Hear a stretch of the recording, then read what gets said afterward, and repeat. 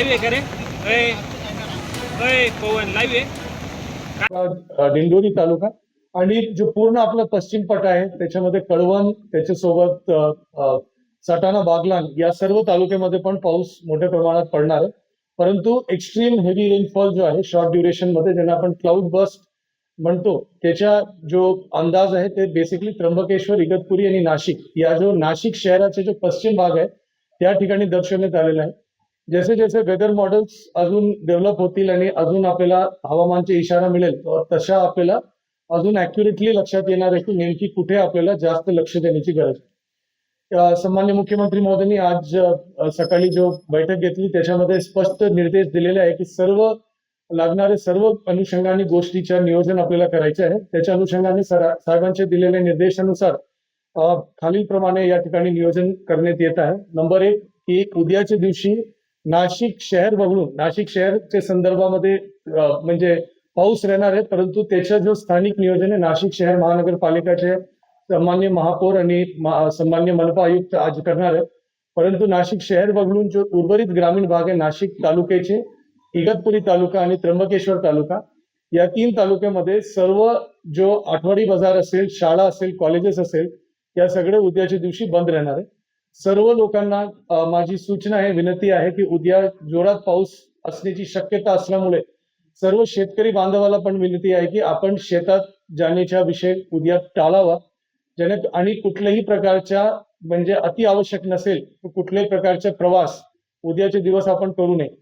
काही रस्ते आपण बंद करणार आहे, म्हणजे ज्या ठिकाणी दगड कोसळण्याची शक्यता आहे त्याची एक यादी काय वेळात PWD राष्ट्रीय महामार्ग आणि पोलीस विभागाच्या माध्यमातून ट्रॅफिक डायव्हर्जनचे काय आदेश काय वेळात आपण आपल्या समोर देणार आहे. परंतु माझी सर्व नागरिकांना, शेतकऱ्यांना यही विनंती राहील की कारण नसताना आपण बाहेर पडू नये. पुढचा विषय आहे की त्र्यंबकेश्वर देवस्थानला उद्या आपण बंद ठेवणार आहे, म्हणजे आज संध्याकाळ सूर्यास्त झाल्यानंतर जो शेवटची पूजा राहणार त्याच्यानंतर परवापर्यंत ते त्र्यंबकेश्वरचं देवस्थान बंद राहणार आहे. ज्या भाविकांनी उद्या त्र्यंबकेश्वर देवस्थानमध्ये येऊन दर्शन घेण्याचा विचार केला होता त्यांना माझी विनंती राहील की उद्याच्या दिवशी आपण येणं टाळावा, जेणेकरून त्या ठिकाणी आपल्याला माहिती आहे की मोठ्या प्रमाणात काम पण सुरू आहे, त्या ठिकाणी आपल्याला कुठल्या प्रकारची अडचणी होणार नाही. माझी सर्वांना विनंती आहे की आपण त्र्यंबकेश्वर देवस्थानला येणं टाळावं. तसेच सप्तशृंगी गडमध्ये त्या परिसरामध्ये क्लाउड बसचा अंदाज नसेल तरी जोरात म्हणजे ऑलमोस्ट 65 mm पेक्षा जास्त पाऊस पडण्याची शक्यता दर्शवण्यात येत आहे आणि त्या ठिकाणी पण गर्दी होऊ नये म्हणून उद्याच्या दिवससाठी सप्तशृंगी देवस्थानला पण आपण बंद ठेवण्याची असं सूचना देत आहोत. त्याच्या व्यतिरिक्त आपल्याकडे ज्या लो लाईंग रिजन्स आहेत, ज्या ठिकाणी flood prone low lying regions आहे त्या गावाची यादी आणि त्या लोकेशन्स आपण सांगितल्या, परंतु याच्यामध्ये मेजर अडचणी कुठे येतोय, ज्या ठिकाणी आपल्याकडे फ्री फ्लोईंग नदी आहे, म्हणजे पहिला बंधारा आणण्याच्या पूर्वीचे फ्री फ्लोईंग नदी. जिल्हा परिषद आणि लघु पाटबंधारे विभागाला असं सूचना देण्यात आली आहे की जो फ्री फ्लोईंग नदी आणि छोटे बंधारे आहे ज्या मोठ्या प्रमाणात पाणीचा प्रेशर आला तर ते फुटण्याची शक्यता असते, त्याचे गेट कृपा करून उघडून ठेवावा असं त्याला सूचना अगोदरच देण्यात आलेला आहे. त्याच्या सोबत जो लो लाईंग रिजन्स आहे, जो नदीच्या साधारण पाणी स्तर प्लस 2 मीटरचे रेंजमध्ये असलेले जेवढे भाग आहे या सगळे घर असेल या कुठले इतर स्ट्रक्चर्स असेल, जनावरांच्या गोठे असेल, त्या सर्वांना शिफ्ट करण्याची सूचना या ठिकाणी ग्रामपंचायतच्या माध्यमातून सगळ्या ठिकाणी देण्यात येत आहे, नगरपालिकेच्या माध्यमातून देण्यात येत आहे. यदि पाणी फ्लोला कुठल्या प्रकारची अडथळा असेल तर त्याला आता आज दुपारी स्वच्छ करून घेण्यासाठी सर्व नगरपालिकेला ग्रामपंचायतला सूचना देण्यात आलेल्या आहे की पाणी फ्लोला कुठल्याही प्रकारचा बाधा राहू नये आणि पाणीचं डायरेक्शन असा असावा जेणेकरून जास्त पाणी आला तो म्हणजे ते कुठल्या घरामध्ये शिरणार नाही, याच्यासाठी सर्वांना सूचना देण्यात आलेल्या आहे. तसेच जो काही स्ट्रक्चर्स अनस्टेबल असेल, ज्यांच्या खाली सब सरफेस फ्लो असेल, त्या ठिकाणी पण त्याला सूचना देण्यात आलेल्या आहे.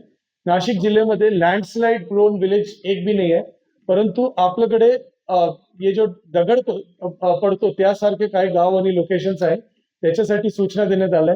PWD आणि इरिगेशन विभागाला विशेषतः सूचना आहे की जो मायनर स्ट्रक्चर्स आहेत त्याला हे करावा आणि जो फ्लड कंट्रोलचे ज्या काही मेकॅनिझम्स आहेत त्याच्यामध्ये त्यांनी विशेष नियोजन करावा.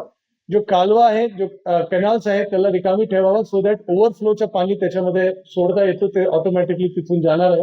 हे सगळे गोष्टीचं नियोजन या अनुषंगाने करण्यात आलंय.